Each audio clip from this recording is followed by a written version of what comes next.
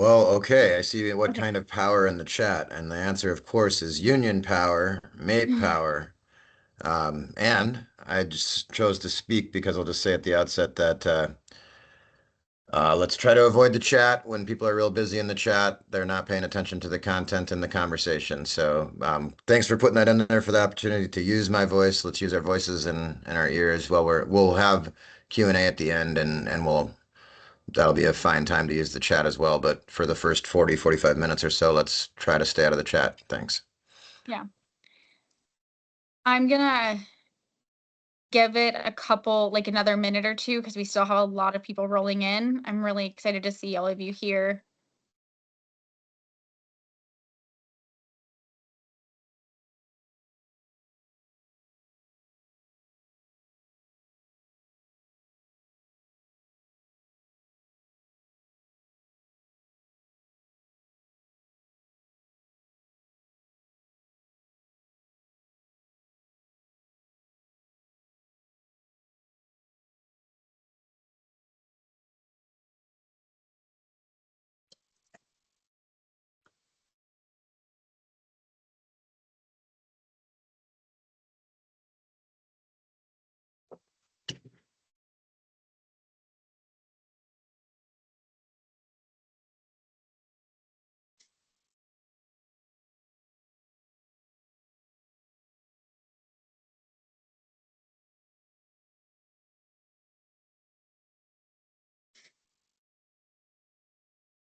All right, we have a really full schedule. I know folks are still going to be rolling in, but I want to just get jumping into everything. So thank you all for being here.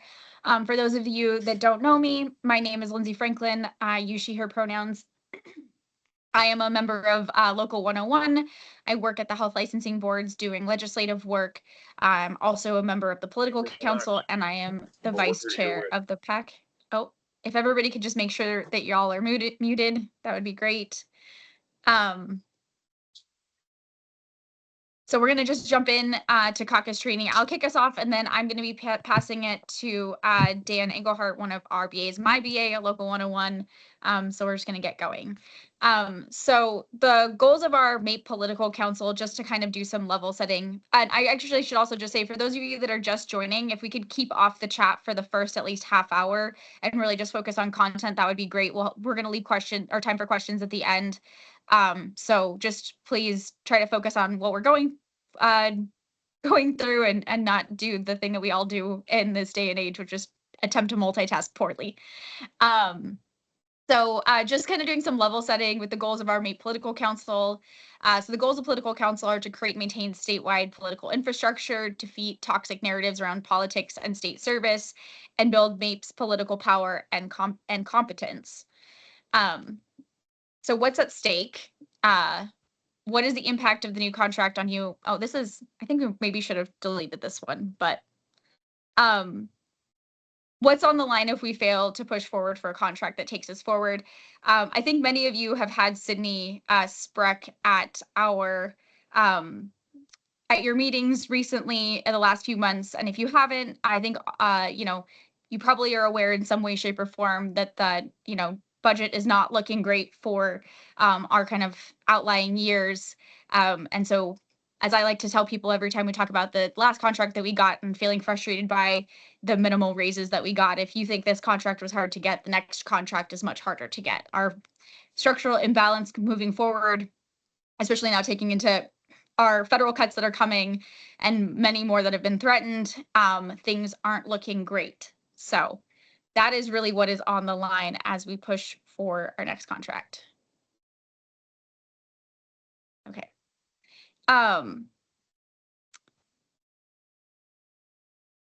Nicole, do I have the right PowerPoint?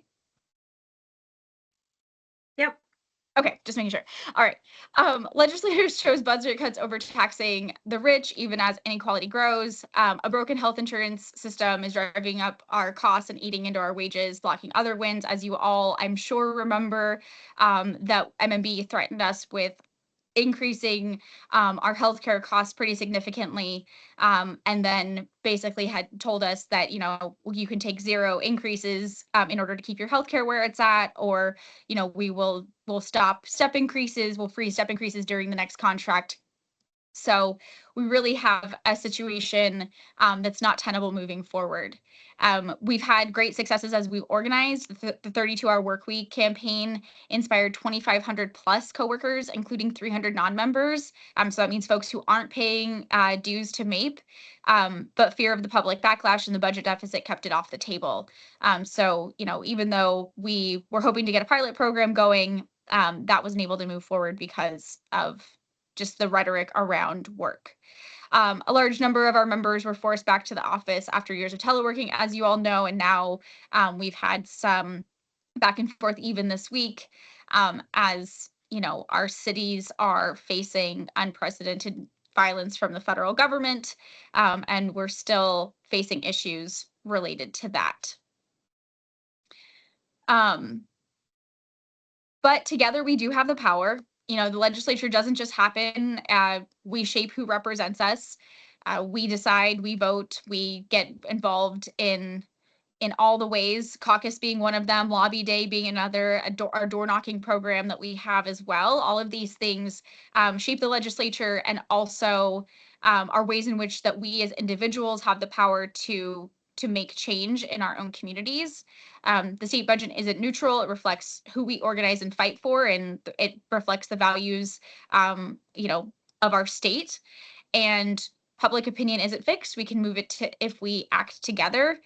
We see many instances where public sector workers, particularly teachers, are able to really garner a lot of public support for higher wages and other benefits, because of the positive impact teachers have in our community. And we know that we do the same thing, whether it's the folks that keep our waters clean, or processing grants to keep people in housing, whatever that thing is.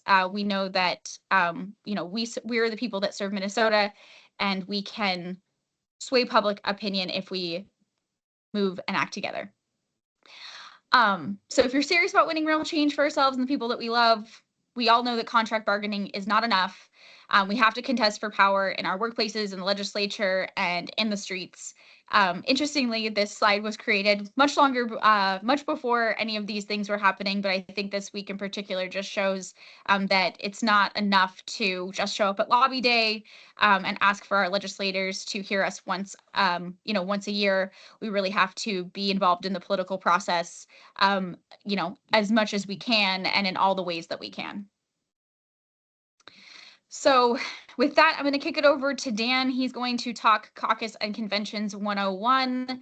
And again, as a reminder, if you could all stay out of the chat and just focus on Dan's overview. I know that this is the thing that you all have had a lot of questions on, which is how do we caucus? What does it look like? And so this is where you're going to get a lot of your answers, or your questions answered.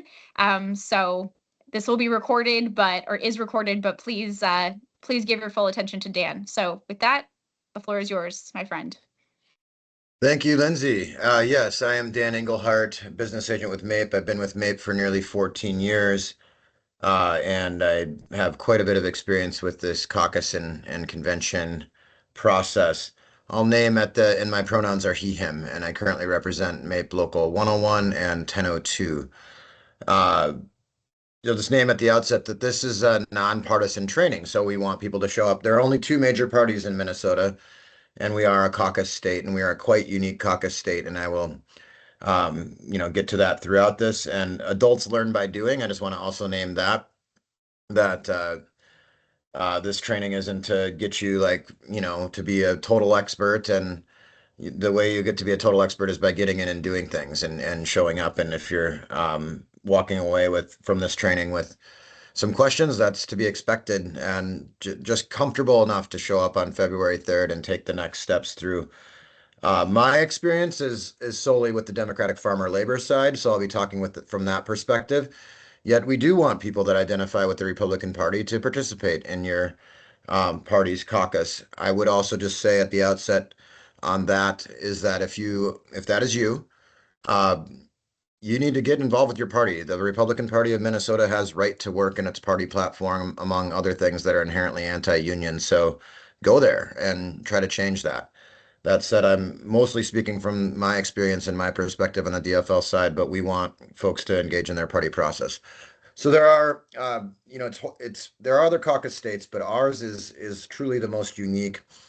And I could talk ad nauseum about that, but it is one of the most powerful things you could do as a MAPE member or as anyone that lives in Minnesota. And you go out. So the first level on February 3rd, you meet your neighbors. You get to meet your neighbors and be in community with this intention to talk about politics. That's beautiful. It really has strengthened and brought some really good relationships along the years. And local electeds will show up depending on which precinct it is. You might see statewide candidates there, for example. Organizing unit convention is usually um, your Senate district is the organizing unit, but some parts of greater Minnesota Senate districts are so humongous in terms of land area that organizing units are split up by county instead of Senate district. And then there's the congressional district convention and the state convention. And every named convention, can we get the PowerPoint back up? Who took it down? Okay. Somebody took it down. Thank you. Um, okay. Okay, I'll just go to mine. So each named convention you will endorse for that. So at your Senate district, you'll endorse for the state Senate in that race, and and also the two House sides. So your A and B side House rep. At the congressional district convention, you obviously will be endorsing for the um, you know whichever party's congressional district endorsement, and at the state convention, it's statewide offices that are endorsed. So that's what the four levels are. At the organizing, some of this will be covered in the next slides as well, but at the organizing unit convention, that is where you become a delegate to the congressional district and the state. So that's a twofold thing. You look to be a delegate at your organizing unit convention, which is what we want. That is the goals of this training and the goals of the political council in this election cycle. So you become a congressional district delegate and a state delegate then. So next slide, please. So we already talked about this a little bit, but a meeting it's a meeting. You'll find out your local location. It's oftentimes right in the very precinct you live, but sometimes it's combined and a bunch of precincts meet at like a local high school. Um, and it's open to every Minnesotan. It's not restricted by citizenship status, just that sort of thing. So all parties have their same caucus on the same night, and ours is February 3rd. And the goals is to have 3,000 MAPE represented people across the state show up on February 3rd with 300 at the state convention. So next slide, please. So what happens at a caucus? Yes, you meet your neighbors. Oh, yep. You elect delegates and alternates, and you consider resolutions. So another back on the like adults learn by doing. I think my neighbor Jim is in here, and I've been the precinct chair for Minneapolis Ward 1, now Precinct 4, for several years, and Jim shows up. So at the end, maybe Jim can share some insight as well. But you get to meet your neighbors. It felt like I'll just say for this last year in the city side, I didn't even know. I was a DFL endorsed candidate for Minneapolis Park and Recreation Board, and I didn't know I would be running for that at Precinct Caucus. I just went there to chair it as my precinct chair. There's about 50 people there, and I knew every single person by name, and that felt really good. That is unlikely to be your experience, but that's how you get to know their name. So you meet your neighbors, you elect delegates and alternates, and you consider resolutions. So delegates and alternates are there's a thing called proportional representation, and it's based off of the performance index from that party's how many people vote in that party and turnout is the number. It's a big formula, but you don't need to worry about that formula. When you get there, most of you will just if you want to be a delegate to your organizing unit convention, you will be one. It's there are less people than want to be delegates. However, that's not always the case, and we'll talk about that a little bit forward. So a delegate is someone that gets to vote. You are once you're on that that convention, that named convention, organizing unit, or congressional or state, there are ballots, and it requires 60% to get endorsed. And if there's a set number of ballots, but anyway, at your precinct caucus, it's just about, saying, yes, I want to be a delegate. And if there are less people that, or the same equal number of people that want to be delegates, you're a delegate. If it's larger than the number of delegates, then you'll have to do proportional representation and or walking sub-caucus. Resolutions are also coming up in a future slide, but it can be to to demand that the chief executive that's endorsed as the governor never does unilateral actions like RTO again, for example. I mean, that's kind of pie in the sky, but that could be a resolution. Next slide, please.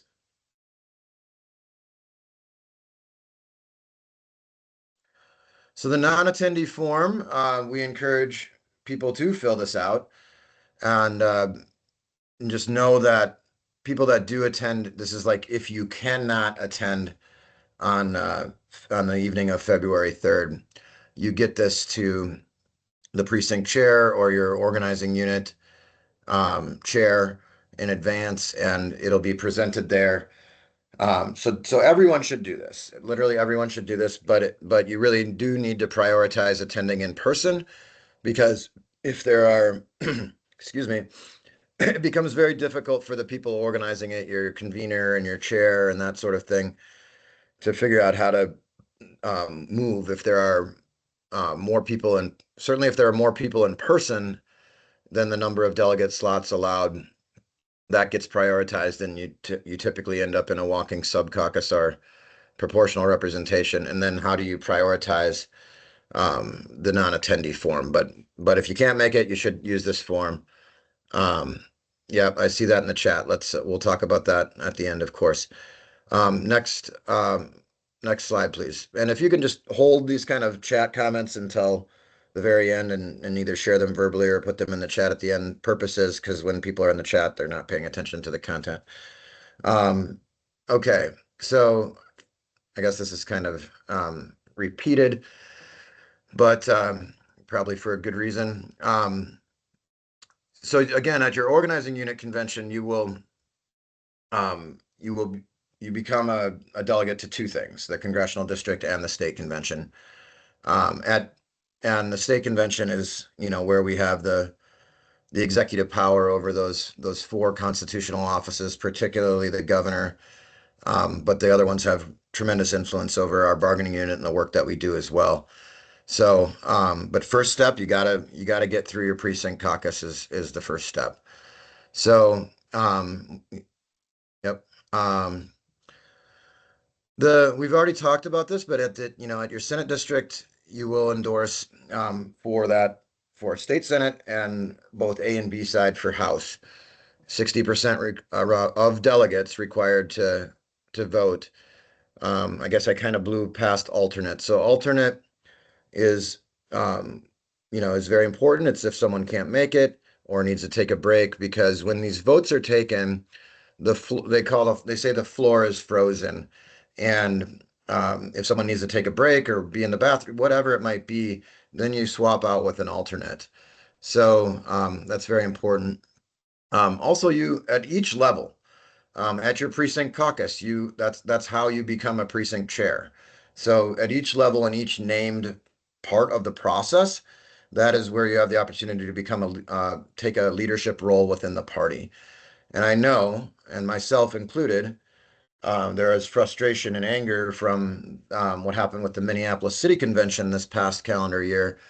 And the best way to channel that and work toward that is to run for these party unit leader positions.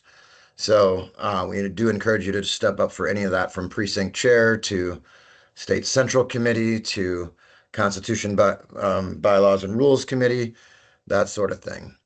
And then in each step, you do approve resolutions forward to ultimately be voted on at the state convention itself. Next slide, please. This one keeps coming up. Um, yes, we talked, state directors to the SEC and the State Central Committee. Those are all parts of the process along the way. And oftentimes people, including myself, just sort of ignore that. And I think that time has to be, very focused on endorsing the candidate, but being a leader within the party helps protect this process and have influence along the way as well. So really encourage people to participate in that as well. So next slide, please.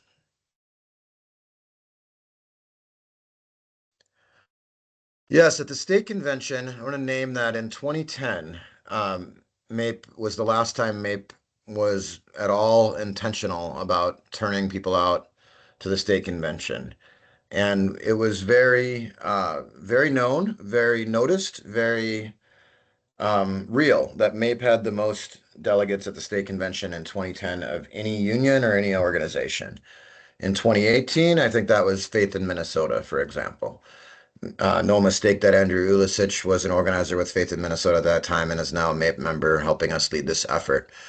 That said, in 2024, I was a state delegate and I was at the state convention, and there's lots of MAPE people that find their way to the state convention. And this is part of getting organized around that and, being visible and being united as a block and that sort of thing. It it's a long couple days for sure. This year it's in Rochester. But it's also, I mean, I think it's generally pretty fun, and we can figure out how to make it fun as MAPE, and you really will grow and deepen relationships within the union and statewide.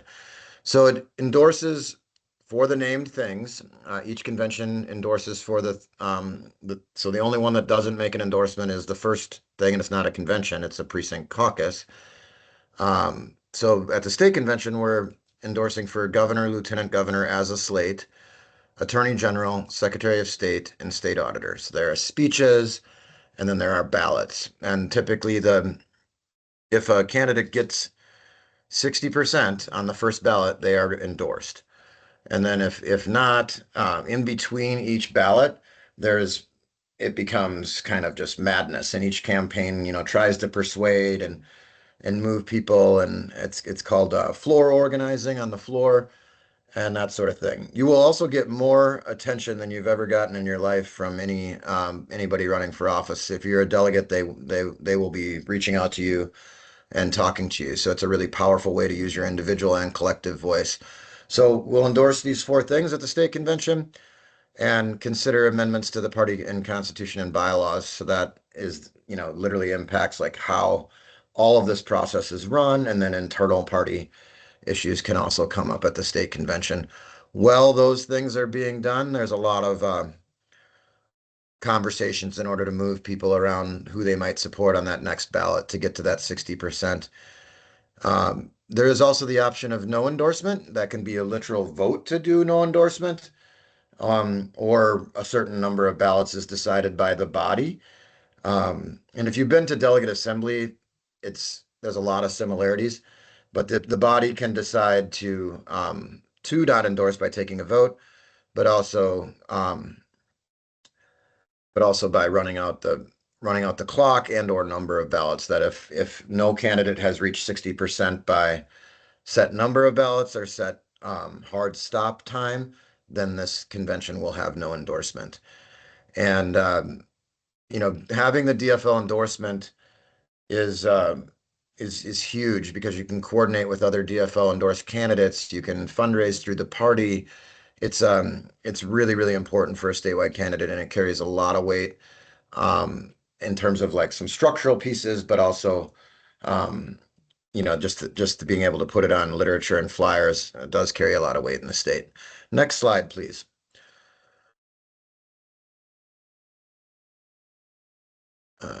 Yeah. So, yeah, how do we use this? We've been talking about building power. In 2018, only 34,329, and you can read those numbers, participated. We have 18,000 across every piece of Minnesota. So if 20% of our members attend in this goal of 3,000, how could that shift power? And we'll ask you to think about that. And that's a question that maybe you can write down digitally or on paper. And when we encourage people to participate in the chat, maybe put it in towards the end or the Q&A. How do you think envision how this could really shift power? We have a real opportunity here. We're the largest union at the state, and we're one of the largest unions in the state. And we do have as much geographic spread as any organization, let alone union. So think about that. How could we shift power? Next slide, please. Um, so quick recap: February 3rd is the caucus day. You have to get in a non-attendee form, or you have to show up in person. It is very important that you show up in person. But if you absolutely cannot how to, figure out how to rearrange your life or that sort of thing to show up in person, do submit a non-attendee form. There are many places where that will be enough and you'll move to the next step in the process. And then take note of when the state convention is, when your organizing unit convention is.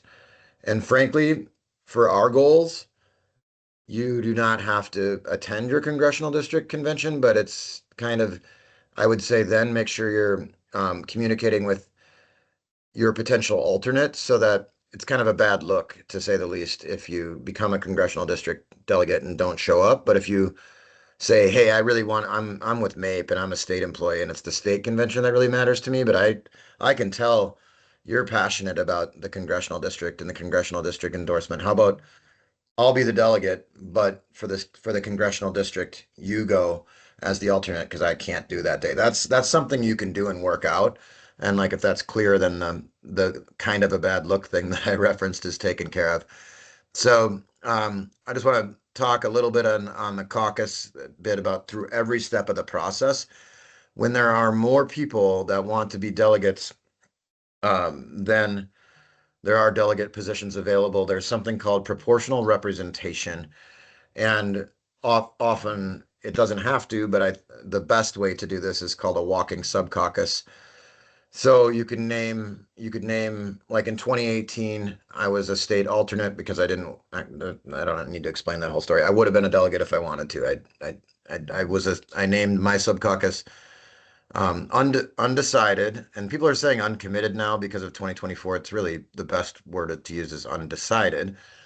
um, Undecided Labor Julie Blaha was my subcaucus, and people joined it, and then there were more people that wanted to be delegates than there were delegate positions. This is at the Senate District Convention, and then you start figuring it out within your subcaucus.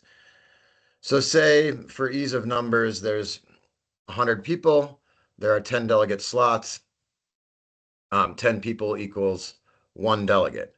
So you need to get that to be viable in your walking subcaucus. This is way too much to explain probably in this training. There are videos to watch and that sort of thing.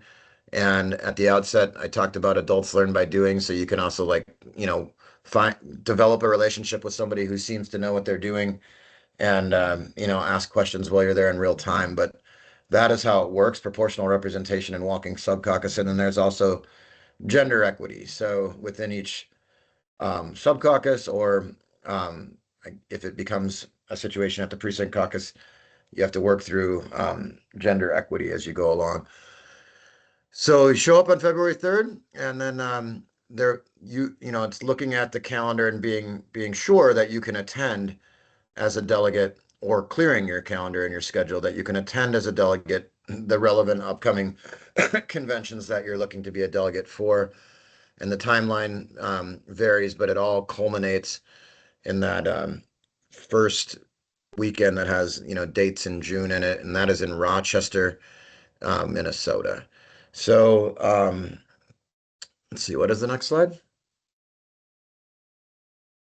Oh, okay. Yep. So this is talking about our priorities. I think now would be a fine time too to talk about safety in terms of what's going on with the horrific situation with the federal government. It's understandable to be concerned about safety in this moment. Appreciate that being raised. Um, and I didn't want to just ignore it as long as we have. So the DFL is working on a safety plan. We'll have strength in numbers. The general practice is that federal agents aren't allowed in non-public spaces without a signed judicial warrant. And literally with these party caucus and convention processes, you have to say that you are, committed to that party and planning to vote in that party's election and that sort of thing. So clearly these people aren't, able to say that, so we can turn them away on that regard as well. I think there is some conversation about, just mostly like chatter about potentially going to an online format for precinct caucuses. In my opinion, that would be very difficult, but I understand why. Also, there are robust rapid response networks and patrol and that sort of thing all across the metro. And I can speak for Minneapolis that it will be heavily activated. That I live very close to Central Avenue in Northeast Minneapolis, and the other night I went to go patrol in front of a restaurant that had to close because of what's going on for a couple days, and there was 30 people out in front. And I said, "How about we go out and back and we go in the alley?" So we will. There is effort to make sure it's as safe as possible. I understand we're talking about the building and getting in the building, then there's outside the building and getting to and fro. There's a lot going on with safety and security. I didn't want to ignore that any longer. So I think folks from the Uh, political council could, Dan, real yeah. quick, I just want to throw out there. I have also reached out to the GOP to see if they would give a statement on what precautions they'll be taking, and I am yet to hear back from them. I'll circle back and hopefully get that information to people. Thank you for that comment. I Hey think Dan, who was that comment? Who was that comment from? don't know. That's Tanner. Those of Oh, you who don't know, that was Tanner, our political coordinator. So he's been oh yeah. helping to get the safety side of things worked out. So thanks, Tanner. Yes, thank you, Tanner. Tanner's awesome. Big ups to Tanner. So, building a working people's agenda, I think, folks from the political council can speak to this as well as or better than I can. But, our priorities to energize members, it's true. Like you get to be in space with people talking about what matters. And you have automatic respect at these things too. Like I'm a MAPE member, I'm active, I work here. People respect that. They do. And we can push bold transformational change. We can hold the candidates themselves accountable and the respective parties accountable. So, center the needs of us as MAPE members that really run the day-to-day things that Minnesotans have come to expect and sadly, have been taking for granted in a lot of ways. And the working class as a whole, and yeah, shape the party agenda and grow our power. Next, anybody from PC want to add on that? No? Okay, next slide. I'll just jump in real quick, Okay. Dan. This is Lindsay again. I would just say that the whole purpose of this building where working people's agenda is to not just get folks in MAPE involved in this process, but to grow this caucus program and to involve other folks in other unions, whether that's public sector, private sector, or even our non-unionized folks across the state. So this is really about building an agenda, not just for MAPE and for our state workers, but for all Minnesotans. Yes. Yeah, you'll meet other people, whether they're in a union or not, and you can help them think about forming one or, that sort of thing. So, resolutions that MAPE is bringing forward. And again, this just needs to get like your precinct caucus we're focused now on February 3rd, making sure you're available for looking at your calendar of what your next conventions are coming up and being able to attend. But at your precinct caucus, people need to bring enough of these resolutions across the state to get to the next step, and you'll vote to approve them at the precinct caucus, and then they ultimately get voted and approved at the state convention. So, labor protections, worker protections around the use of AI, healthcare, supporting patient-centered care. I believe MAPE is still supporting healthcare for all in the Minnesota Health Plan. which could really help us out in bargaining because so much of worker compensation is on healthcare. Um, Revenue, that fifth tier tax means, taxing the wealthy, right? And that's fallen off in recent years. And largely you hear about the Minnesota Miracle, that's what that was. And we need to get back to that, obviously. And then time, supporting the 32-hour work week as well as overtime after a 40-hour work week. And you might say, what do you mean that exists? Well, it only does for non-exempt. So exempt and having respect to folks that are exempt are often referred to as salary. And then, supporting telework, flexibility, and remote work. Next slide, please. Or if, again, PC, please jump in on those other things, resolutions. I will just say that we'll have these posted in the next couple of days. Would hope to have them posted earlier this week, but the world has happened to us. So we'll get those to you posted shortly on the political council's page, and get that sent out to CEOs and other MAPE leaders to distribute to members. So thanks, Yep. Dan. Yeah, and that's really helpful. So I'm glad you spoke up because to add, posted what that means functionally for you as someone showing up on February 3rd, as you print them out, read it out at your precinct caucus, and your attendees will take a vote on whether or not your precinct wants to move that on to the next step of the process. So again, some steps. 3,000 members is our goal. So that means we need you to go out and talk to your coworkers, your neighbors, people that you know are in MAPE. Like I know there's in my Senate district, which is SD 60, that last time we ran a list, there's like 350 people in MAPE in my Senate district, which is a pretty small geographic area. So, we can help you get lists and personal emails and start doing outreach as well. And your Civio in your area can help with that. But also, you can just talk to your neighbors and that sort of thing. And they don't have to be in MAPE. I mean, if all they do is show up to February 3rd, they being your next door neighbor, and commit to voting for you to be a delegate to the next step, that is helpful. So then step 2 is organized in our Senate districts.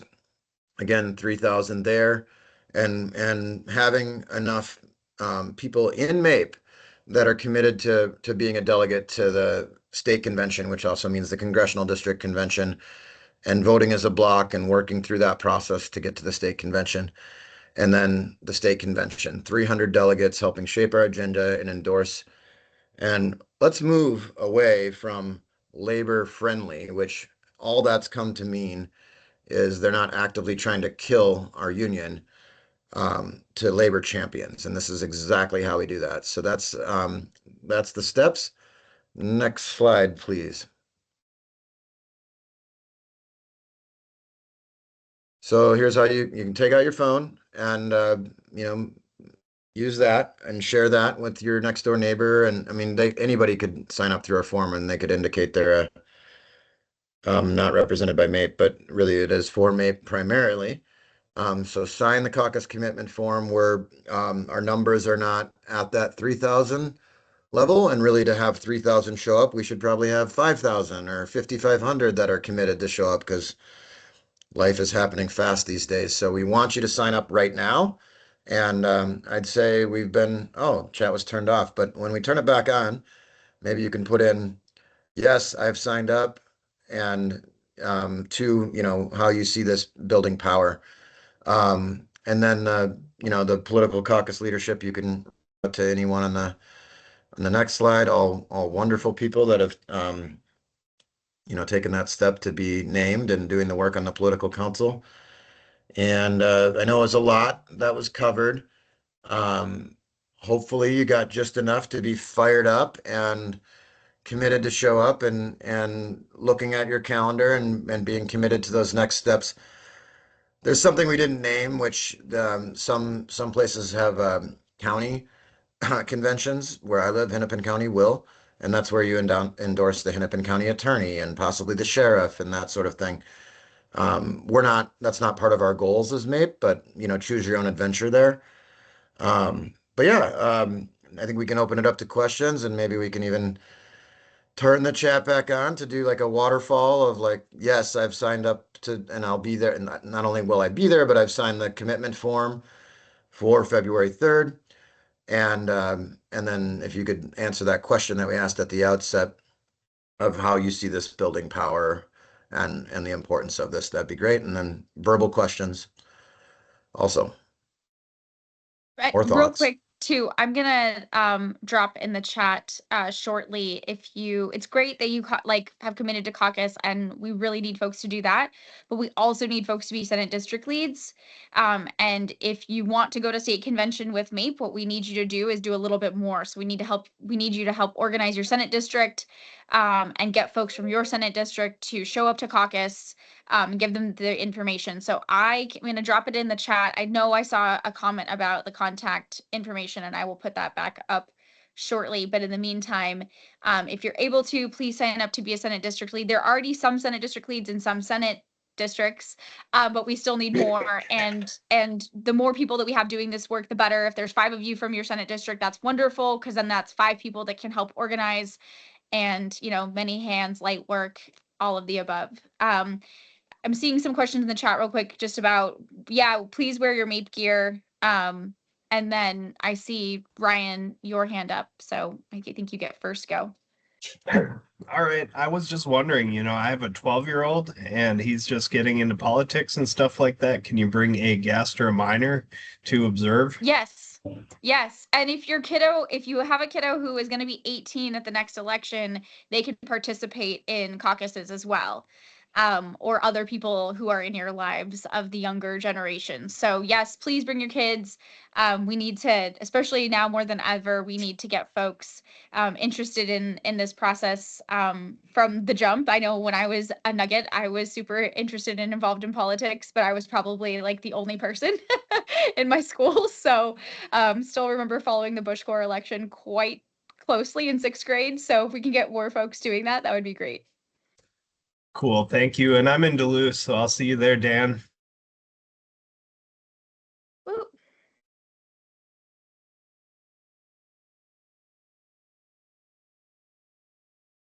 right. I'm going to put the information back up for the contact information. That slide. Oh, looks like Nicole's actually already linked to our political council page, so you can just find our information there. Thanks, Nicole. Yeah, I think also, yes, we want you to wear MAPE gear for sure. That's like at every place, but also this is not voting. I mean, it is voting. You vote for candidates, but it's not like voting at the ballot box where you can't wear candidate stuff. You will see people adorned in all sorts of things, and it's part of the fun.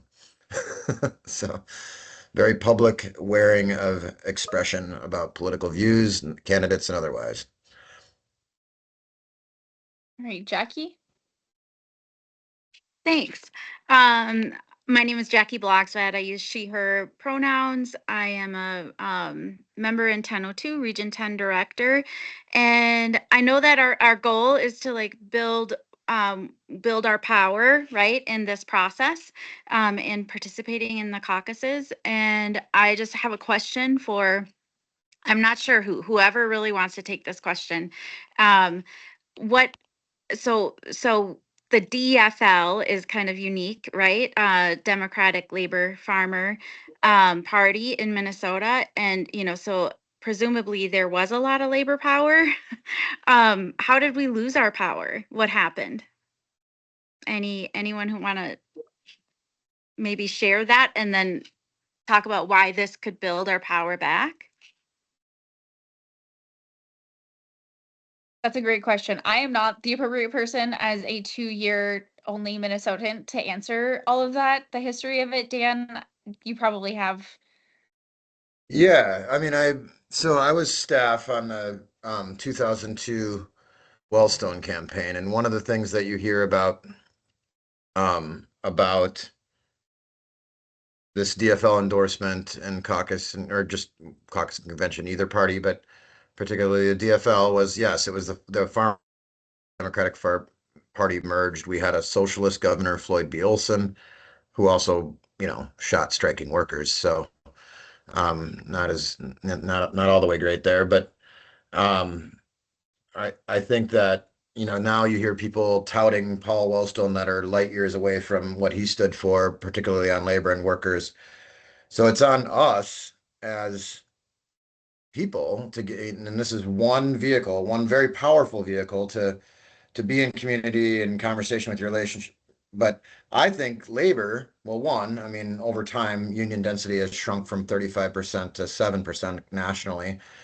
And we haven't been clear enough about our demands, and we've been happy enough for labor friendly when what we need is a labor champion. Like we literally, when we think about endorsing, we use the words labor friendly. And all that's come to mean is they're not actively trying to just destroy our right to have a union at all. That's the lowest possible bar, and we need to lift the bar, and this is exactly how we do it. So I think people became complacent over time. And then I also think that I mean, this is a personal opinion, but there's kind of a toxic notion of like compromise being the first place you go versus like standing on values resolutely. And like compromise is some sort of value versus like, no, you stand on values and you compromise when you absolutely have to, if it means to pass a budget or not and have a shutdown or whatever. But you don't start at compromise as some sort of value. We stand on working people values, period. So. Thanks for that. Thanks, I see Dan. a question about yeah, February 3rd is the Caucus Day on MAPE website. I can't check right now. I'm not sure, but I will make sure that if it's not on there, then it gets posted online. It should be on the political council's page related to the documents for organizing around caucuses. The non-attendee form it should be on the website of whichever party that you're wanting to attend, but we will also get that posted on the MAPE Political Council website if it's not already. And I see a comment about across the board raises linked to inflation. Yes, and also there are complications that I could talk about later related to PELRA and how we just got the legislature out of our contract 2 years ago, 3 years ago now in 2023. And so asking the legislature to go to intervene is also complicated, but yes, overall. Let's see, I'm trying to see what other, well, those of us who are committed to be put in contact with others in our same Senate district, yes, you will be. That's part of what the Senate district leads are there for. Gear for Caucus Night, I'm working with the CEOs and Senate district leads to get that out to folks in their areas. We just got beanies in a couple, like I think last week. And so I have to make my way to MAPE HQ. And then if you're in a rural area, I will find a way to get that to you since you will probably not be coming to the cities between now and then. Trying to see if I'm missing any. Is there an SD lead sign up form and or a list of SDs that still need? I don't have a list necessarily of Senate districts that still need a lead, but I do have a sign up. I posted it before, but I can post it again. So you don't have to scroll. So there's a Senate district lead caucus commitment form. And then, yeah, I know that there's people that are waiting, but I'm also trying to manage the chat at the same time. So just bear with me while I try to do both. It's not the easiest thing to try to manage all of it, especially as people continue to add to the chat and I get lost of where I'm at. So just trying to make sure that everybody's questions are being answered. But I can go to you, Meredith, next.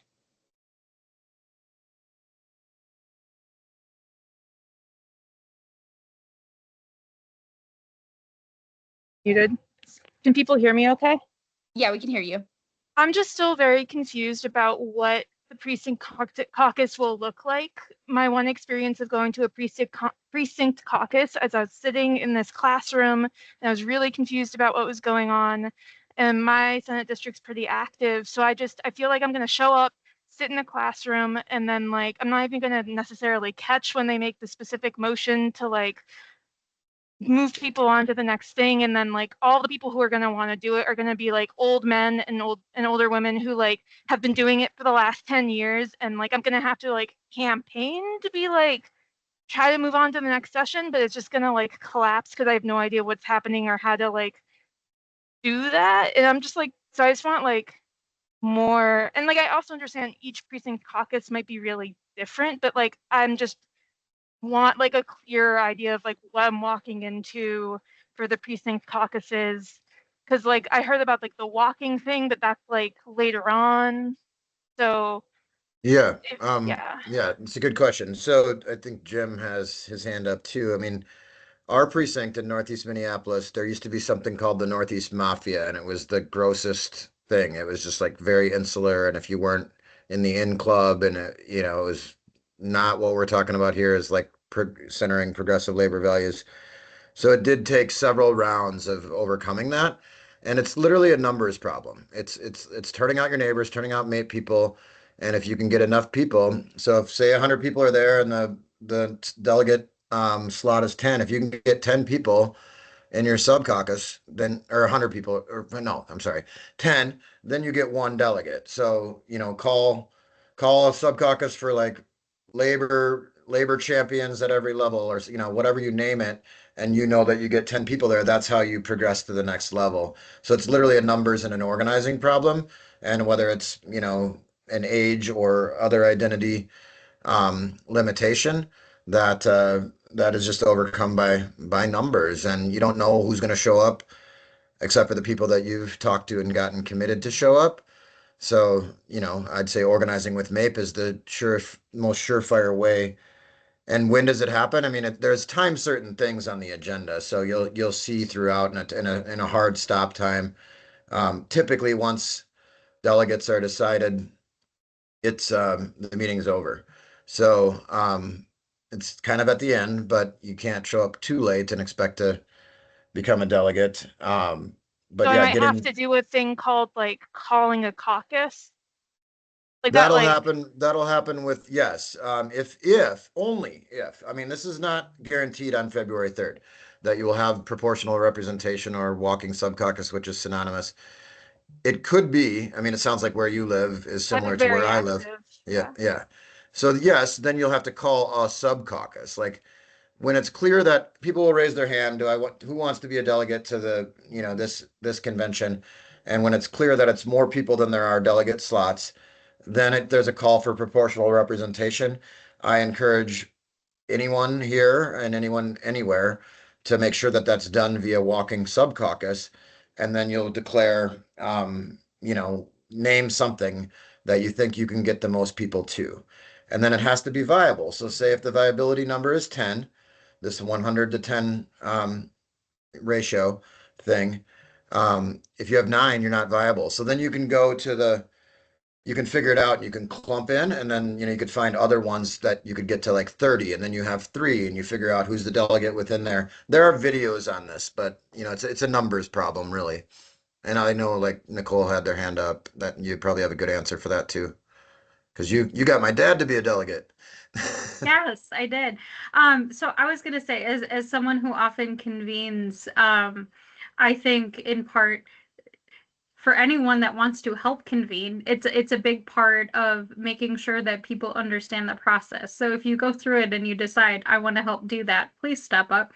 Um, what I appreciate is if any new people are coming into my precinct caucus, like go ahead and as you're signing in, by the way, can you make sure to make it really clear when it's time to be delegate? Because I'm interested in running for delegate this time. And just like giving the convener a heads up and saying like, hey, I'm really new here and need some extra help.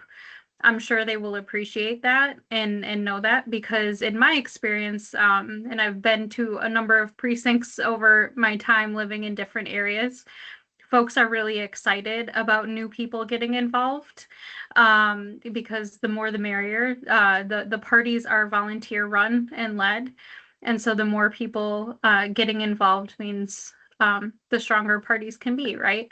So I think giving folks a heads up is good. Talking to your neighbors around you to help is helpful. And it helps. It's a different form of relational organizing, right? Forming new relationships that will carry you forward in the process as well.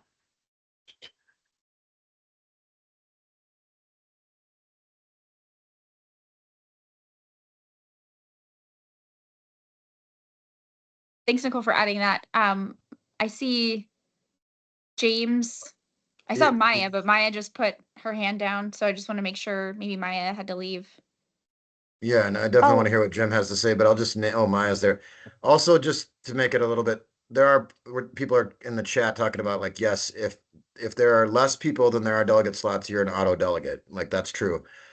Some rural, greater Minnesota organizing units have chosen to go to half delegate. So if you really want to get confused, we can talk about that. But it's just to get more people present. Anyway, go on.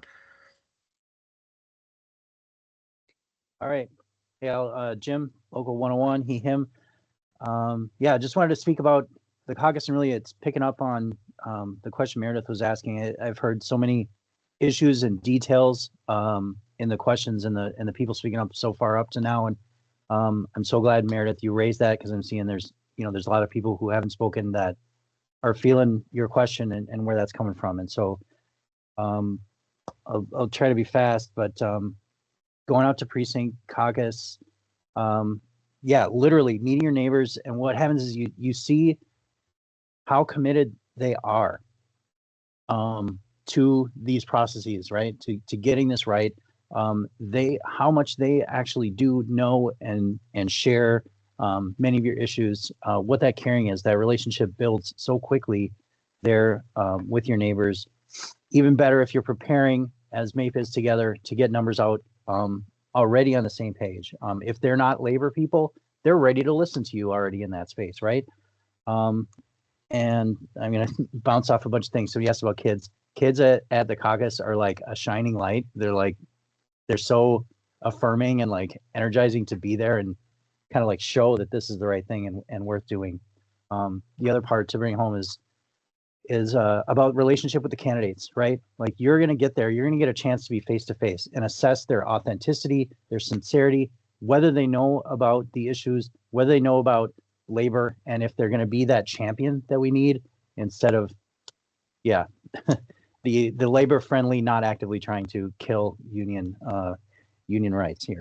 So I know we're short on time, trying to rush it through, but the last bit I guess I popped is when you have some conversations with these candidates and in these caucuses and in these forums, down the road, when that person is in office, you're going to hear your words and those conversations right back to you. You're going to see that influence and that perspective that you personally have had there.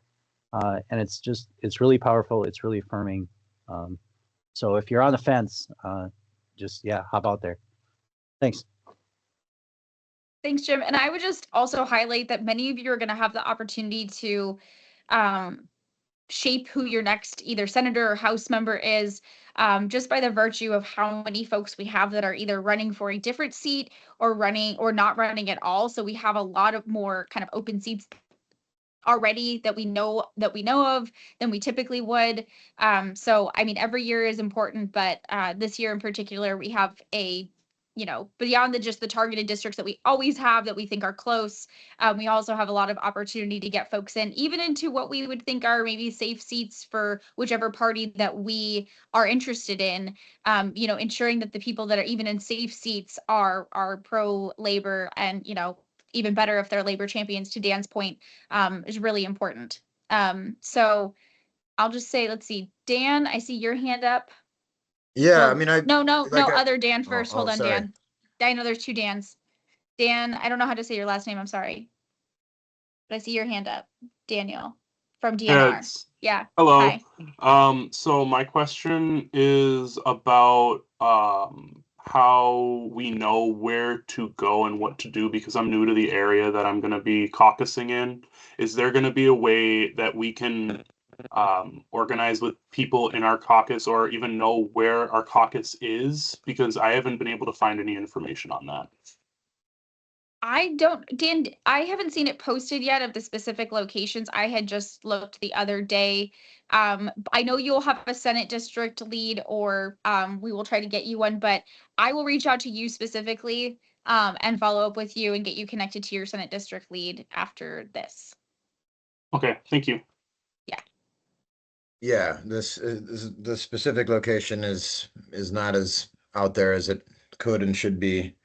But committing to the time, and it's going to be relatively near to where you live. I think it's safe to say it will be within your organizing unit. It's not always in your exact precinct, like mine.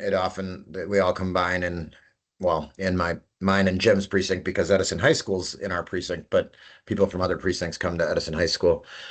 I think something else too to note about like how do you become a delegate, and it, a little bit more than it being a numbers problem is like looking at the room and saying, figuring out that number and that viability number as soon as you can in whichever step, and then getting people to understand that MAPE has a plan and you're part of something that they want to be a part of.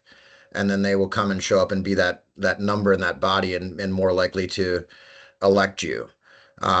Because you're part of this coordinated plan to drive a working people's agenda. So getting that across is a helpful thing to do too. People will like that and be more inclined to come to your working subcaucus and vote for you as an individual when that time comes.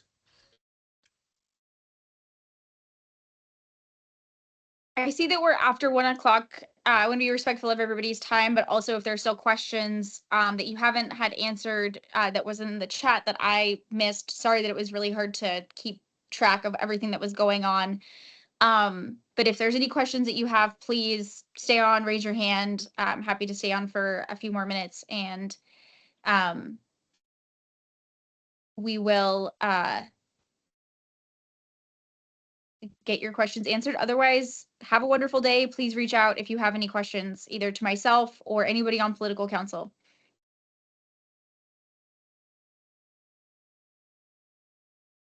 Thanks, everybody.